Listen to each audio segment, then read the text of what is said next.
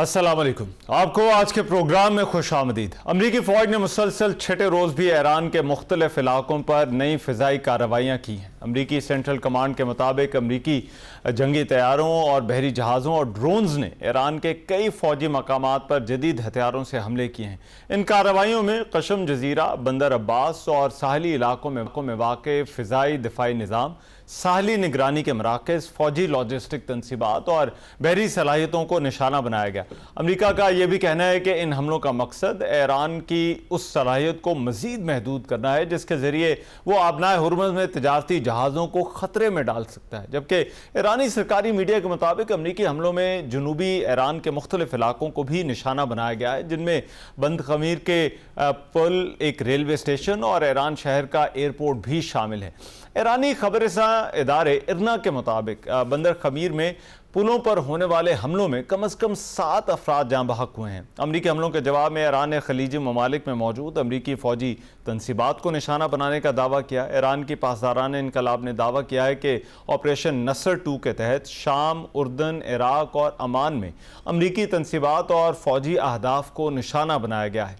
पासदारान इनकलाब का यह कहना है कि अमरीकी तनसीबात को शदीद नुकसान पहुँचाया गया है। ईरानी सरकारी मीडिया के मुताबिक पासदारान इनकलाब का यह कहना है कि शाम के इलाके में अमरीकी स्पेशल ऑपरेशंस कमांड सेंटर पर हमला जो है वो ईरानी फ़ौजियों की हलाकत के रद्द अमल में किया गया, लेकिन शाम की फ़ौज ने इस बेस पर ईरानी पासदारान इनकलाब के हमले की तरदीद कर दी है। दमिश्क में शामी फ़ौज जो है वो उसके एक एहलकार ने खबर एजेंसी से गुफ्तगू करते हुए कहा कि इस इलाके पर किसी भी ईरानी बमबारी की वो तरदीद करते हैं। दूसरी तरफ कुवैत की वजारत बिजली, पानी और काबिल तजदीद तवानाई का यह कहना है कि ईरानी हमले में एक पावर जनरेशन और वाटर डिसैलिनेशन प्लांट को नुकसान पहुंचाया गया है, जिसके बायस आग भड़क उठी और बिजली की पैदावार भी मुतासर हुई।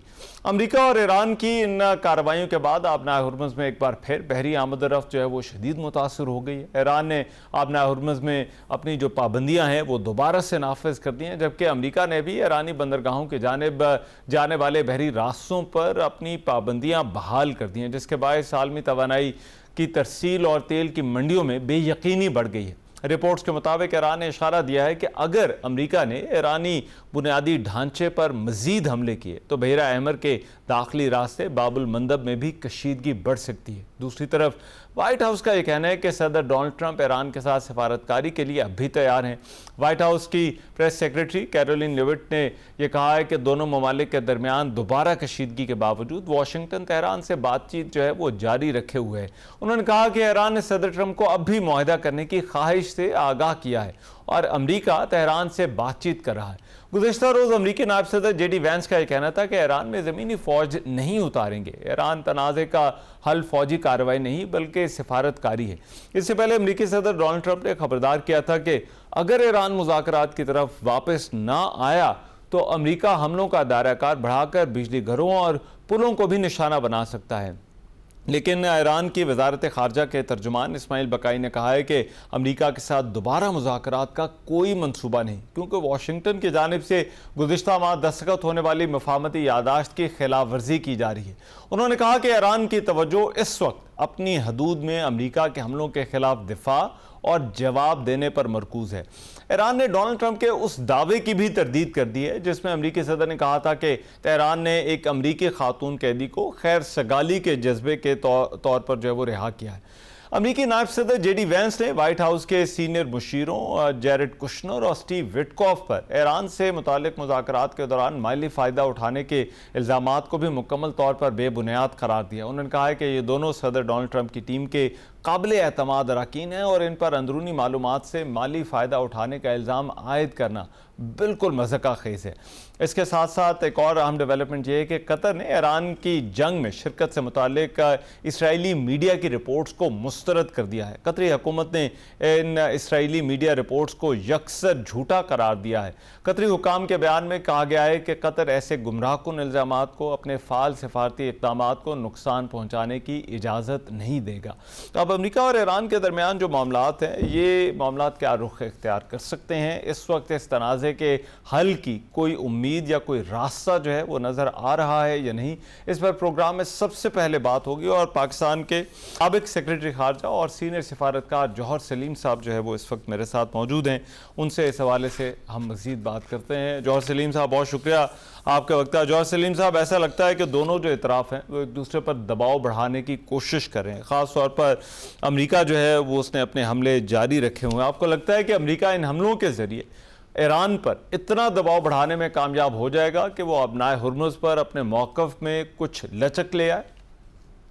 देखिए, अमेरिका की स्ट्रेटेजी तो बिल्कुल यही है, उनकी जो है जाहिर है उनकी कोशिश यही है, ये कोर्सिव डिप्लोमेसी का हिस्सा है। प्रेशर उन पे बढ़ा रहे हैं। अब मसला क्या है? मसला ये है कि ईरान के अंदर इस वक्त जो है, जो हार्डलाइनर्स हैं वो प्रिवेल कर रहे हैं।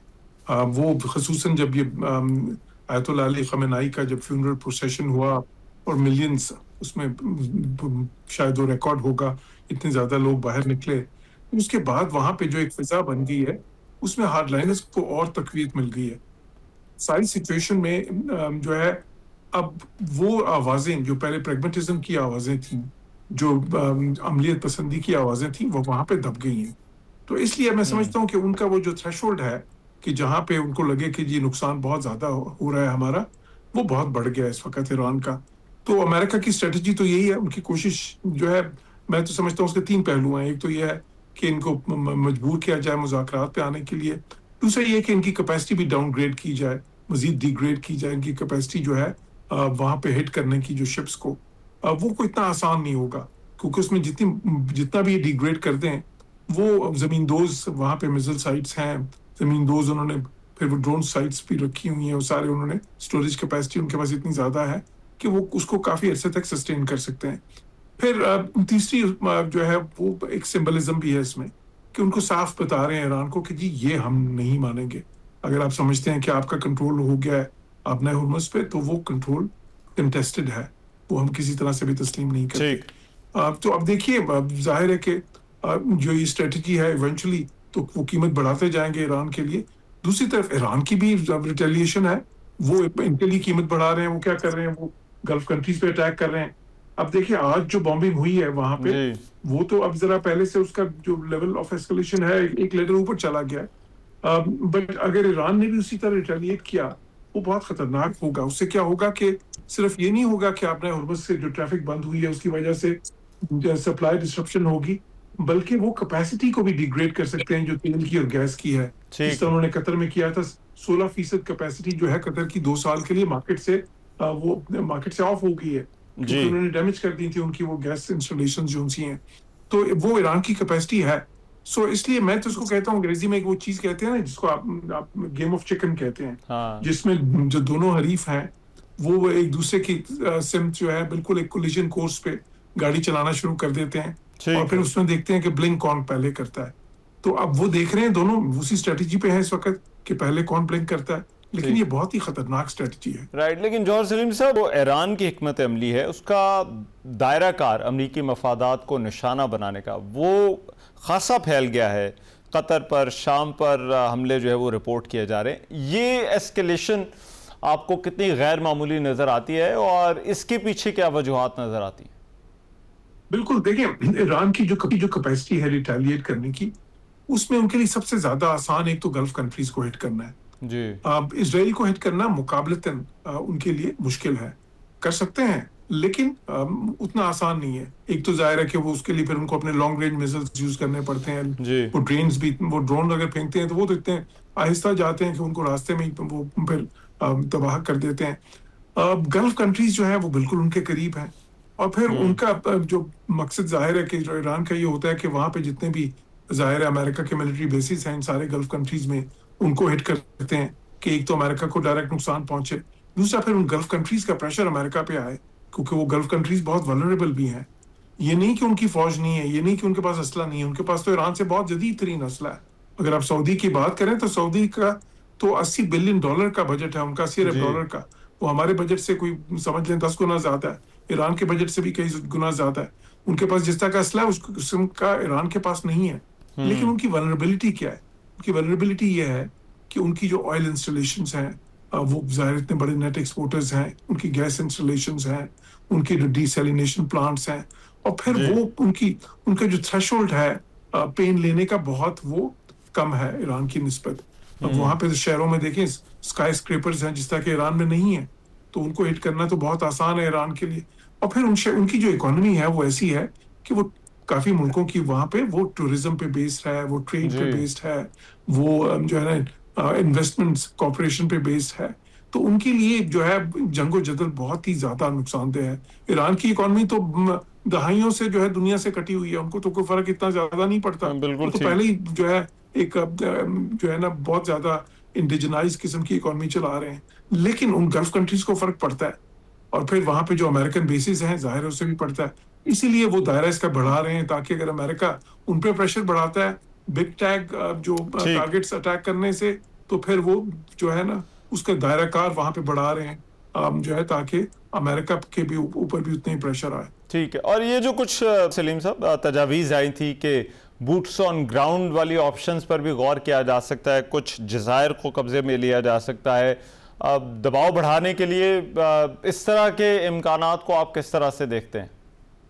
देखिए जो बूट्स ऑन ग्राउंड की जब बात होती है तो उसमें थोड़ा सा एक क्वालिफाई करने की जरूरत है। बूट्स ऑन ग्राउंड अगर कोई ये समझे कि वो एक ग्राउंड इन्वेजन करके ईरान पे कोई जिस तरह उन्होंने इराक पे किया था या अफगानिस्तान पे किया था या वियतनाम में किया था उस तरह की करेंगे, तो उस तरह का तो कोई प्लान ही नहीं है। हाँ, स्पेशल ऑपरेशंस जिसको आप कह सकते हैं, ये जी। लिमिटेड जो है ना वो जो इन्वेजन है कि जी एक जजीरे पे कब्जा कर लें। मिसाल के तौर पे खर्क का जजीरा है, क्योंकि 90% उनका जो एक्सपोर्ट होती है उनकी चीजें, खसूसन जो तेल है, जी। वो सारा वहां से होता है, क्योंकि उनका बाकी कोस्ट लाइन इस तरह का नहीं है कि वहां पे जहाज वो बड़े बड़े आ सकें। तो वो हो सकता है उससे ज्यादा मेरा ख्याल है, बल्कि मैं समझता हूँ क्योंकि खर्क पे अगर वो अटैक करें तो वो वल्नरेबल बहुत ज्यादा होंगे, क्योंकि वहां पे कोई स्ट्रक्चर्स इस तरह के नहीं बने। वो जो दूसरा आइलैंड है गशम आइलैंड है, जो कि बीच में है यूएई के और ईरान के, उसको टारगेट कर सकते हैं, उस पर कब्जा कर सकते हैं प्रेशर बढ़ाने के लिए। और साथ ही साथ फिर वो अपने हुर्मस पे उनकी प्रेजेंस भी बढ़ जाएगी। तो अब ये देखें, ये लेकिन ये हाई रिस्क स्ट्रेटजी है। अगर अमेरिका जो है उस लेवल पे जाता है तो इसका मतलब ये होगा कि अब वो फिर उसके बाद एक मैसिव बॉम्बिंग के ऊपर भी आ सकती है। ठीक है। वो फिर जो है ना वो तो फिर एस्केलेशन लेटर आप समझ लें कि बहुत ऊपर चला जाएगा।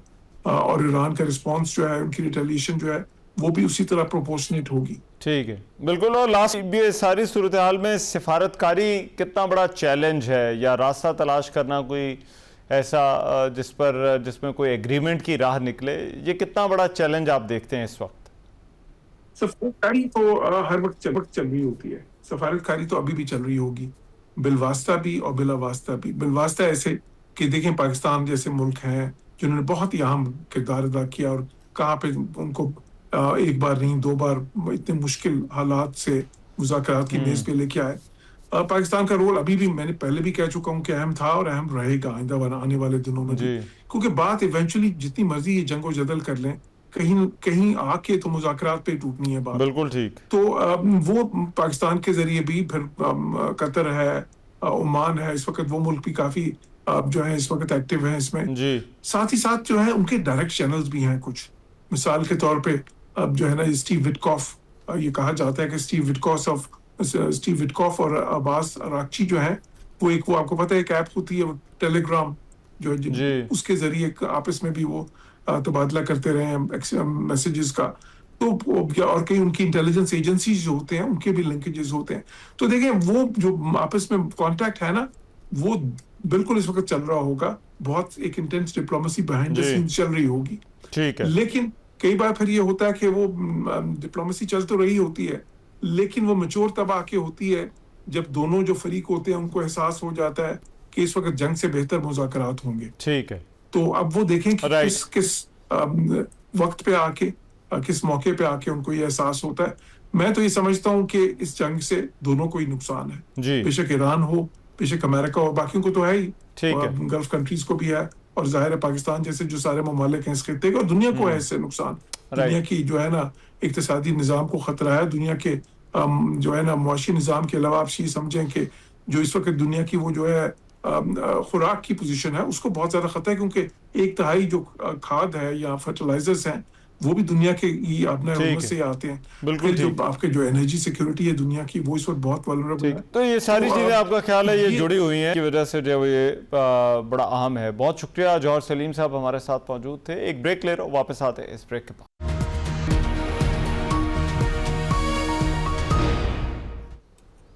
Welcome back after the break. बैनुल-अक़वामी तवानाई एजेंसी का ये कहना है कि आबनाए हुर्मुज़ का बहरान आलमी तवानाई के लिए एक बड़ा ख़तरा बन सकता है। आलमी तवानाई एजेंसी के सरबराह का ये उन्होंने खबरदार किया है कि अगर अमेरिका और ईरान के दरमियान कशीदगी कम ना हुई और आबनाए हुर्मुज़ के ज़रिए तेल की तरसील मामूल पर ना आई तो आलमी तवानाई की सलामती को शदीद ख़तरात लाहक हो सकते हैं।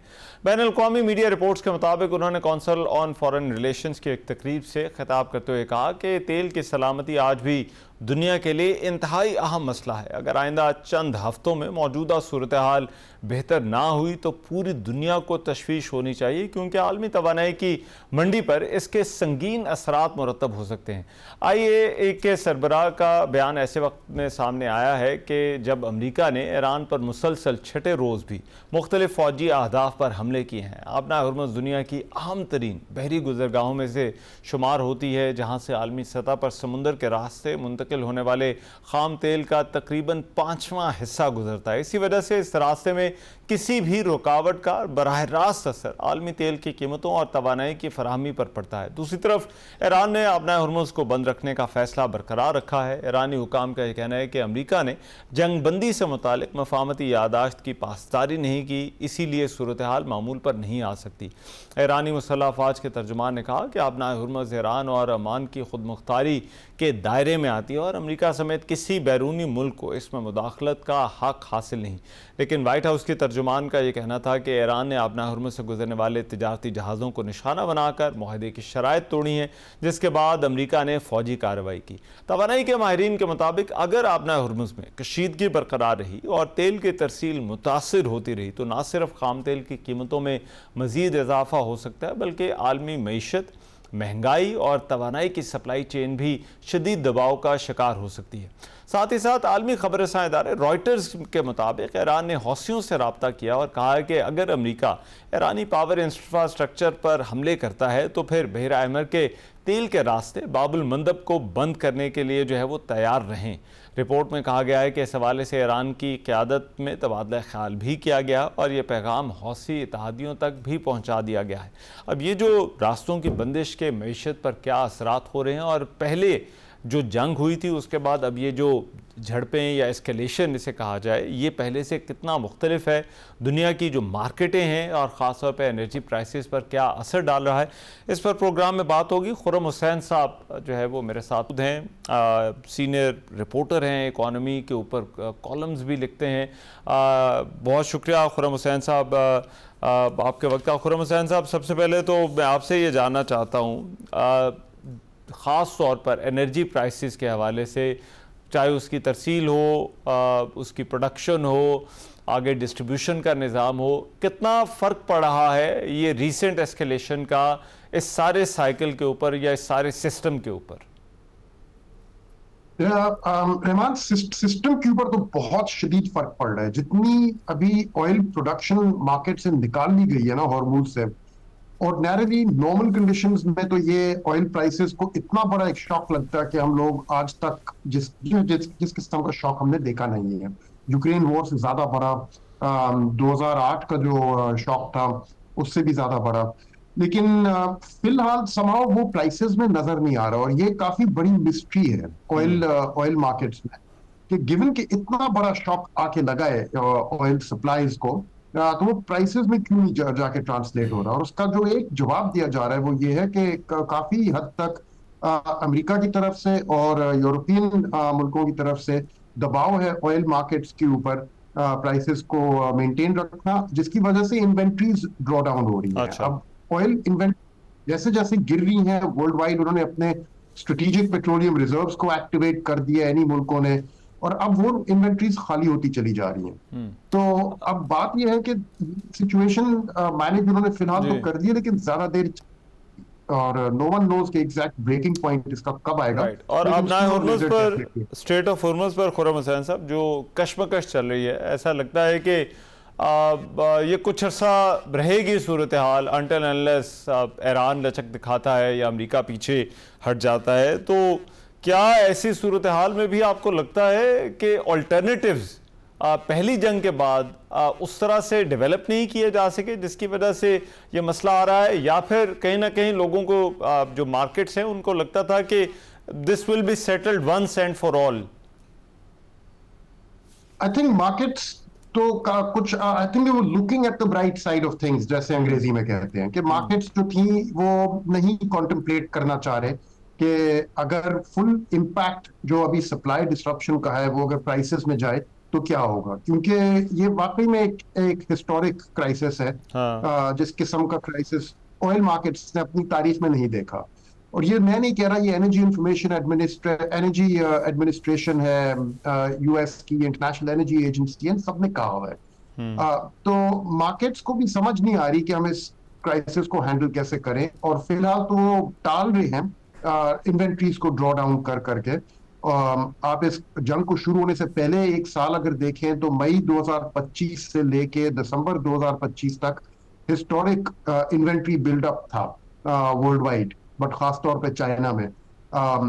तो आई थिंक वो कुछ हद तक एंटिसिपेशन थी, उनको पता था मार्केट्स में कि कोई इस टाइप की जंग आ रही है, उसका ऑयल सप्लाई पे असर आएगा, और अभी से अपने स्टॉक्स जो है वो भर लो। अच्छा। लेकिन अब वो आके खत्म, वही वाले स्टॉक्स ऑलमोस्ट लेवल पे आ गए हैं। अच्छा। और आई थिंक चाइना ईरान की तो डेफिनेटली यही कैलकुलेशन है कि इस जंग को खींचो और हॉर्मोन्स बंद रखो, और ये फिर मजबूर करेगा दूसरी साइड। और ये जो इन्वेंट्रीज को इस्तेमाल किया जा रहा है, क्या अंदाजा है कि ये कब तक शॉक एब्जॉर्ब कर सकती हैं ये इन्वेंट्रीज, और कब से जो है वो इस सूरत हाल का फर्क पड़ना शुरू हो जाएगा एक्चुअल कीमतों के ऊपर?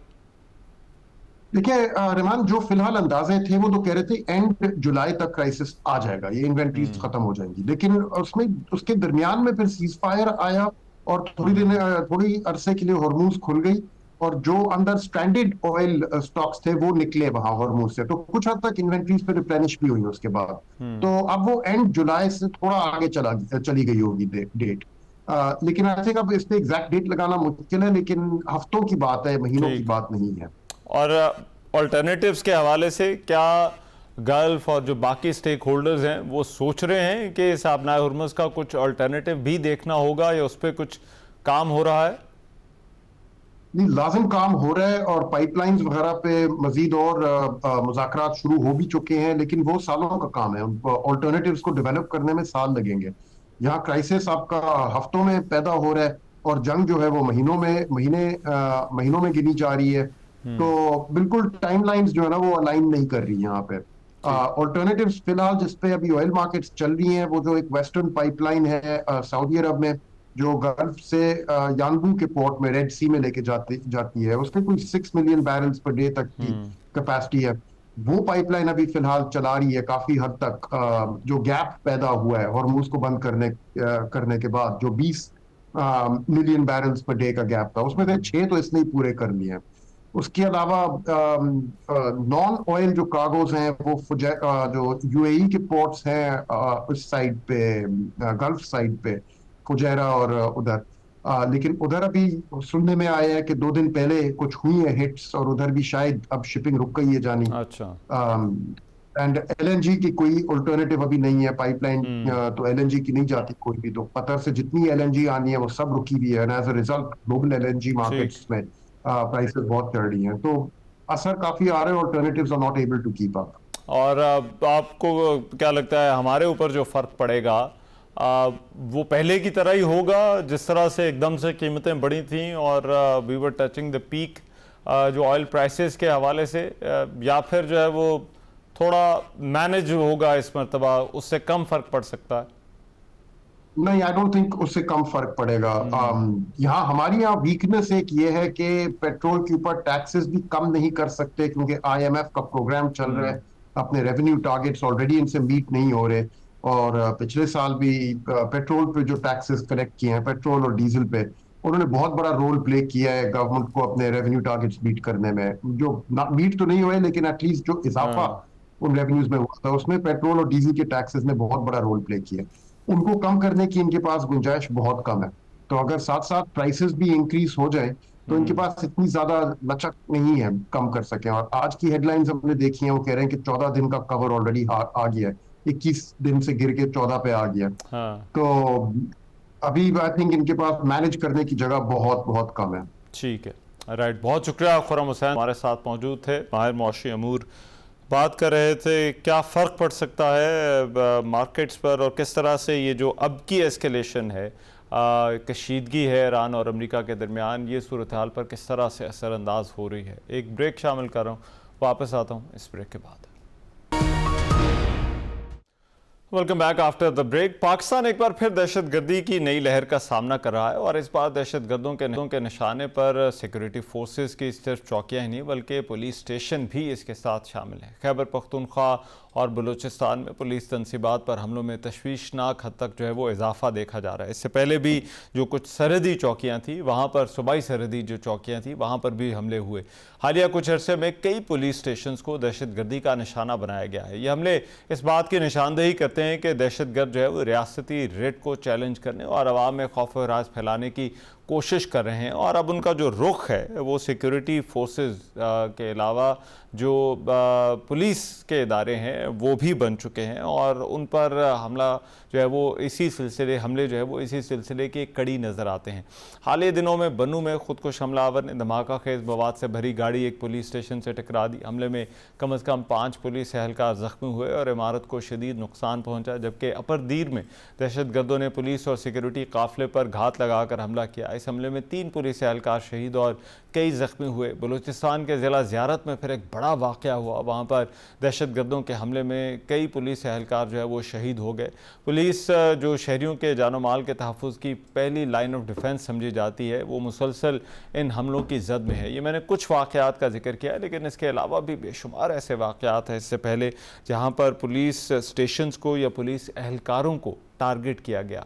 अब पुलिस एहलकारों और स्टेशंस को टारगेट करने के पीछे क्या मुहरकात हैं और ये जो प्रॉक्सीज़ हैं जिनके ख़िलाफ़ हमारी सिक्योरिटी फोर्सेस लड़ रही हैं, इन पुलिस स्टेशंस पर हमलों का किस तरह से जो है वो जवाब दिया जा सकता है, क्या किया जा सकता है, इस पर प्रोग्राम में जो है वो इस सेगमेंट में बात होगी। एयर कॉमोडोर रिटायर्ड चिश्ती साहब जो है वो मेरे साथ मौजूद हैं, उनसे इस हवाले से मज़ीद बात करते हैं। बहुत शुक्रिया खालिद चिश्ती साहब। खालिद चिश्ती साहब, ये जो हमने पैटर्न जो है वो देख रहे हैं पुलिस थानों पर और पुलिस के जवानों पर जो है वो हमलों का, इसके पीछे ख़ास तौर पर बलूचिस्तान में और खैबर पख्तूनख्वा में ये जो हमले हो रहे हैं, इसके पीछे आपको मुहरकात या वजूहात क्या नज़र आती हैं? रहमान साहब, देखिए जब भी ये प्रॉक्सी या इस तरह की टेररिज्म होती है उसके अंदर सबसे ज़्यादा जो एडवांटेज वो दहशतगर्द अपने हक में इस्तेमाल करते हैं वो एलिमेंट ऑफ चॉइस होता है। एलिमेंट ऑफ चॉइस ये होता है कि उनके पास चॉइस होता है कि उन्होंने कौन सा टारगेट लेना है, टाइमिंग उनके सिलेक्शन के होते हैं, इंटेंसिटी उन्हीं की होती है, वेपन्स कौन से इस्तेमाल होते हैं, खासतौर पर वक्त जो होता है कौन सा दिन को, रात को, अलग सुबह, तो ये तमाम इनिशिएटिव दहशतगर्दों के पास ज्यादा होते हैं। बिकॉज आप एग्री करेंगे कि पाकिस्तान का जो तकरीबन 41% जो रकबा है वो बलूचिस्तान का सूबा है और वहाँ पे आबादी की निस्बत अगर देखें बाकी सूबों की निस्बत तो बहुत थिनली पॉपुलेटेड प्रोविंस है हमारा। मेरी खुद 2 दफा बलूचिस्तान में यानी क्वेटा में पोस्टिंग रही है पाक फिजाई की सर्विस के दौरान। तो इतना बड़ा इलाके के लिए जाहिर है अपनी मैनेजमेंट चाहिए। और क्विकली मैं अर्ज करता हूं कि हमारी पर स्क्वायर किलोमीटर अगर हम कंपैरिजन कर लें बाकी सूबों से तो हम शायद बेहतर समझ पाएंगे कि पंजाब में तकरीबन 640 लोग रहते हैं पर स्क्वायर किलोमीटर में, 520 के करीब हमारे सिंध में रहते हैं, 410 के करीब केपीके में पर स्क्वायर किलोमीटर रहते हैं और सिर्फ 71 लोग बलूचिस्तान में रहते हैं जो कि पाकिस्तान का, जैसे मैंने अर्ज किया, 41% रकबा है। तो आप खुद अंदाजा लगा सकते हैं कि उधर लोगों की जो पॉपुलेशन की इंटेंसिटी है वो बड़ी थिन है। अच्छा, थिन का नुकसान ये होता है कि इंफ्रास्ट्रक्चर बहुत कॉम्प्रोमाइज होता है कि 70 लोगों के लिए आप road, infrastructure, hospital, school, education, पानी उस तरह नहीं देते। अब ऐड करें आप वहां पे फ्यूडल लॉर्ड्स और नवाब्स और इस तरह ट्राइबल्स हुकूमतें हैं और लोगों को ये गिरा, आई एम श्योर कॉमन है कि वहां लोगों को फिल्ट्रेट नहीं होते, पैसे नीचे नहीं जाते उस तरीके से जिस तरह लोगों तक पहुंचने चाहिए। तो इसको दुश्मन कैपिटलाइज करता है। इसी वजह से हमने देखा कि वो स्टैंड लोन, जाहिर है जैसे मैंने कहा 70 लोगों के लिए अगर एक पुलिस चौकी है स्टैंड, तो वो रिलेटिवली सॉफ्टवेयर टारगेट्स है। मुसल्लह अफवाज खास तौर पर पाकिस्तान आर्मी की जो पोस्ट उधर हैं वो वेल डग इन है, उनके इंटरेस्ट है, उनके सिक्योरिटी के पैरामीटर्स हैं, सर्कल्स हैं, फर्स्ट सर्कल, टीयर्स हैं, तो ये हाँ। पुलिस को निस्बतन आसान है। और ऐसा जो दहशतगर्द होते हैं वो स्विच करते रहते हैं अनप्रिडिक्टेबल रहने के लिए, यानी कभी वो सिविलियन को करेंगे, कभी वो कैडेट कॉलेज मस्तौंग पर हमला कर देंगे, जी। ताकि वो कैडेट्स को इनसिक्योर किया ठीक। जाए और उनके माँ बाप को ये मैसेज दिया जाए कि आप बच्चों को यहाँ कैडेट कॉलेज में ना भेजें। कैडेट कॉलेज मस्तौंग का मतलब ये नहीं है कि तमाम फौज में जा रहे थे बच्चे, वो मतलब ये था कि एक बेहतर एनेबलिंग बच्चों को प्लेटफॉर्म दिया जा रहा था और दिया जा रहा है, ताकि वो ठीक। सिविल सर्विसेज में भी, ब्यूरोक्रेसी में भी, जुडिशरी में भी, बिजनेस में भी, हर जगह जा सके। तो जितने लोगों में एंगेजमेंट होगी through education and better facilities, उतना ही ये टारगेट लेकिन कम बनते हैं। खालिद चीज़ साहब, वो प्राइम मिनिस्टर हैं, वो कह चुके हैं कि हमारा मशरक़ी हमसाया इनको सपोर्ट दे रहा है। अपेरेंटली ये जो प्रॉक्सीज हैं इनको इंटेलिजेंस सपोर्ट है, पैसे की सपोर्ट है, सोफिस्टिकेटेड वेपन्स हैं इनके पास। ये जो हमारी पुलिस है, जो फर्स्ट लाइन ऑफ डिफेंस होती है, इनको किस तरह से ख़ास तौर पर केपी और बलूचिस्तान में स्ट्रेंथन किया जा सकता है कि ये इनका मुकाबला कर सके? जी देखिए वहां पे I am sure capacity building की जरूरत है। जैसे मैंने कहा कि यहाँ अगर पंजाब में या सिंध में पॉपुलेशन ज्यादा है तो एक नेबरहुड वॉच या पब्लिक अवेयरनेस बहुत ज्यादा है। एक विजिलेंस ऑटोमेटिकली लोग जो ज़ाहिर आम शहरी होते हैं वो कर रहे होते हैं, उनके इर्द गिर्द जो भी अनयूजुअल होती है वो हमारी जिम्मेदारी होती है। लेकिन जो इतना बड़ा फैला हुआ इलाका हो, जैसे पहाड़ी रॉकी टेरेन्स है बाज़ बलूचिस्तान में, केपीके में भी टेरेन इस तरह की है कुछ एरियाज में, तो वहां पे उस तरह की सर्वेलेंस करना मुश्किल होता है।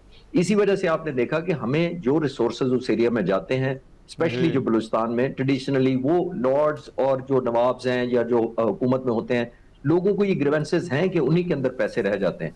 अभी लेटली जो हमारी सरकारी कुछ इदारे हैं और हमारी जो गवर्नमेंट है उसने ये कैंपेन शुरू किया है या ये स्ट्रैटेजी की है कि जो लोकलाइज पॉपुलेशन हो उनकी पार्टिसिपेशन होनी चाहिए, कि अगर कलात में एक स्कूल बनना है या सड़क पहले बननी है या हॉस्पिटल पहले बनना है तो लोकल डिसाइड करें, ताकि सेंस ऑफ बिलोंगिंग हो। जितनी उनकी इनेबल करेंगे उनको कैपेसिटी, जितना उनके अंदर कॉन्फिडेंस देंगे कि आप हुकूमत का हिस्सा हैं, यानी आप स्टेक होल्डर हैं इस हुकूमत में जो कोयटा में इस वक्त बैठी हुई है, उतना ही ज्यादा दुश्मन को वैक्यूम कम मिलता है। और जितना ज्यादा gap, misunderstanding, breach of trust आपस में ज्यादा हो और हैव नॉट का गैप ज्यादा हो और ये डिसअपॉइंटमेंट हो कि मेरे कहने से, मेरे वोट से मेरा बच्चा तो कभी यहाँ पे कमिश्नर नहीं लग सकेगा, तो उतना ही ज्यादा एक एलिमेंट लेकिन इसमें खालिद चिश्ती साहब, इसमें जो मार के हक के बाद भी हमने देखा है कि प्रॉक्सीज का जोर बहुत ज़्यादा बढ़ गया है। एक और टाइमलाइन इसकी ये है कि जब से तालिबान रजीम आया है अफ़गानिस्तान में, उस वक्त से इनकी कार्रवाइयाँ बहुत ज़्यादा बढ़ गई हैं। क्या पाकिस्तान के पास कोई तरीका है कि इन दोनों ममालिक को, भारत और अफ़गानिस्तान को, इन प्रॉक्सीज से अलग जो है वो किया जा सके या फिर इनको इन प्रॉक्सीज की सपोर्ट से रोका जा सके? देखें रहमान साहब, 3 टीयर्स में डिवाइड किया जा सकता है। एक वो है जो हमारी मुसल्लह अफवाज, लॉ एनफोर्समेंट एजेंसीज एक्शन लेती है इमीडिएटली, जैसे दहशतगर्दों को मारना है, जो कुछ दिनों से एक ऑपरेशन शबान चल रहा है। ये टैक्टिकल लेवल की कामयाबियां होती हैं और जाहिर है ये भी बड़ी जरूरी होती हैं ताकि एक प्रोहिबिटिव कॉस्ट इंपोज कर सकें आप दुश्मन पर जो लॉन्च करता है इनको, उनको ये पेन कॉज हो, नंबर 1। नंबर 2 होता है जो मैंने पिछले सवाल के जवाब में अर्ज किया, वो नेशनल लेवल पे होता है। आपको याद होगा नेशनल एक्शन प्लान के अंदर आप खुद रिव्यू कर लें कि कितने शिकों पर अमल दरामद हुआ है, कितनों पर कॉम्प्रोमाइज हो गया बाद में, बिकॉज ऑफ व्हाटएवर रीजंस, मैं उसमें नहीं जाना चाहता। लेकिन जब एक मुल्क की पॉलिटिकल पार्टीज, तमाम ऑपोजिशन और हुकूमत ने उधर फैसला किया था, जब इतनी शादें हुई थी स्कूल के बच्चों की पेशावर आर्मी पब्लिक स्कूल में, तो फिर किस चीज ने हमें रोका? आया हमारा रिजॉल्व था, हमारे पे कर्ज नहीं था उन बच्चों का कि हम उसको एंड तक लेके जाते, और उन बच्चों का नहीं, सिर्फ जो रोजाना इनोसेंट शहरी मारे जाते हैं, तो फिर ये ऑब्लिगेशन नहीं है। अगर हम कहीं कॉम्प्रोमाइज कर देते हैं तो फिर हमारे नेशनल रिजॉल्व में कॉम्प्रोमाइज है, इसका मतलब है। ये नंबर 2 है। तीसरा एक एलिमेंट जरूर हो सकता है कि देखिए हमें एक न्यू फाउंड रेलेवेंस मिली है दुनिया में। अभी जो हमने मुज़ाकरात करवाए अमेरिका और ईरान के दरमियान, लास्ट ईयर मई में आपको याद होगा हिंदुस्तान ने हमें कहा था कि हम तो दहशतगर्द सपोर्ट करने वाले मुल्क हैं। 13 महीनों में दुनिया ने क्या देख लिया? हम दहशतगर्द सपोर्ट नहीं कर रहे, हम विक्टिम हैं। और दूसरा, जहां पर भी दुनिया में एस्केलेशन होगी, जंगें होगी, एग्जाइटी होगी, हॉस्टिलिटीज होगी, हम कंट्रीब्यूट करने वाले मुल्क हैं। तो अगर हमारी एक न्यू फाउंड इन्फ्लुएंस डेवलप हुई है दुनिया की कम्युनिटी ऑफ नेशंस के अंदर, तो हमें उनसे रेसिप्रोकेशन भी तवक्को करनी चाहिए। ठीक है। सिर्फ अगर वो कहीं कोई मीडिया पर या कोई लीडर हमें क्लैपिंग करता है, बहुत अप्रिशिएट करता है, तो down to the lowest person कैसे फायदा पहुंचेगा जब तक वो अपनी इन्फ्लुएंस को रोकने में यूज नहीं करेंगे इनको, इंडिया को और खासतौर पर अफगानिस्तान में। तो मेरा ख्याल ये 3 टीयर्स होनी चाहिए। एक टैक्टिकल है जो चल रही है, दूसरा मैंने जैसे कहा नेशनल लेवल पे रिजॉल्व एंड इम्प्लीमेंटेशन, एक्शनेबल जो मूव स्ट्रैटेजी होनी चाहिए। और तीसरा मैंने जैसे कहा diplomatic, political and international level पर भी एंगेजमेंट दूसरे मुल्कों को जरूरी है, खासतौर पर उन मुल्कों का जिन पे इनका इन्फ्लुएंस है, इनके ऊपर जिनका। ठीक, थैंक यू सो मच, बहुत शुक्रिया। खालिद चिश्ती साहब हमारे साथ मौजूद थे। एक ब्रेक ले रहा हूँ, वापस आते हैं इस ब्रेक के बाद। Welcome back after the break. मारूफ भारतीय समाजी कारकुन सोनम वांगचुक ने दिल्ली में जारी अपनी गैर मुअय्यना मुद्दत की भूख हड़ताल खत्म करने से इनकार कर दिया है। भारतीय वजीर तालीम के खिलाफ उनका ये एहतजाज गुज़िश्ता माह 20 जून को शुरू हुआ था और तब से वो मुसलसल भूख हड़ताल पर हैं। भारतीय मीडिया की रिपोर्ट्स के मुताबिक मारूफ समाजी कारकुन जो है वो पर्चा लीक होने पर वजीर तालीम धर्मेंद्र प्रधान के इस्तीफे का मुतालबा कर रहे हैं। एहतजाज का आगाज़ पर्चा लीक होने के खिलाफ किया गया था, लेकिन इसके बाद इम्तिहानी निज़ाम में इस्लाहात और मुतालबात पर मबनी यह एहतजाज वसी तहरीक में तब्दील हो गया। डॉक्टर्स के मुताबिक उनकी सेहत तशवीशनाक मरहले में दाखिल हो चुकी है और उनका वज़न 9 किलोग्राम तक कम हो गया है। मौलजी ने खबरदार किया है कि मुसलसल सिर्फ पानी पर इन्हिसार जानलेवा साबित हो सकता है। दूसरी तरफ दिल्ली हाई कोर्ट ने हुकाम को हिदायत की है कि समाजी कारकुन की सेहत की रोज़ाना निगरानी की जाए और ज़रूरत पड़ने पर फौरी तिब्बी इमदाद फराहम की जाए। भारतीय मीडिया का यह कहना है कि अपने हामियों से खिताब में सोनम वांगचुक ने 20 जुलाई को कॉकरोच जनता पार्टी के ज़ेर इंतज़ाम पार्लियामान की जाने मुजवज़ा पुरअमन मार्च में बड़ी तादाद में शिरकत करने की अपील की थी। उन्होंने कहा है कि आवाम अपनी आवाज़ जमहूरियत के ऐवानों तक पहुँचाएँ। 59 साला समाजी कारकुन ने यह कहा था कि मैं 20 जुलाई तक हर हाल में ज़िंदा रहूँगा। सोनम वांगचुक की सेहत से मुतालिक सवाल पर भारतीय फिल्म स्टार आमिर खान ने भी तशवीश का इजहार करते हुए कहा है कि सब लोग उनकी सेहत और ज़िंदगी के हवाले से फ़िक्रमंद हैं और उम्मीद करते हैं कि उनकी भूख हड़ताल खैरियत के साथ जो है वो ख़त्म हो जाएगी। इसके अलावा भी बहुत से भारतीय फिल्म स्टार्स और शोबिज़ के लोग हैं जिन्होंने सोनम वांगचुक की इस हड़ताल की जो है वो हिमायत की है। आज के प्रोग्राम से इतना ही। मानज़र को इजाज़त दीजिए, अल्लाह ने के बाद।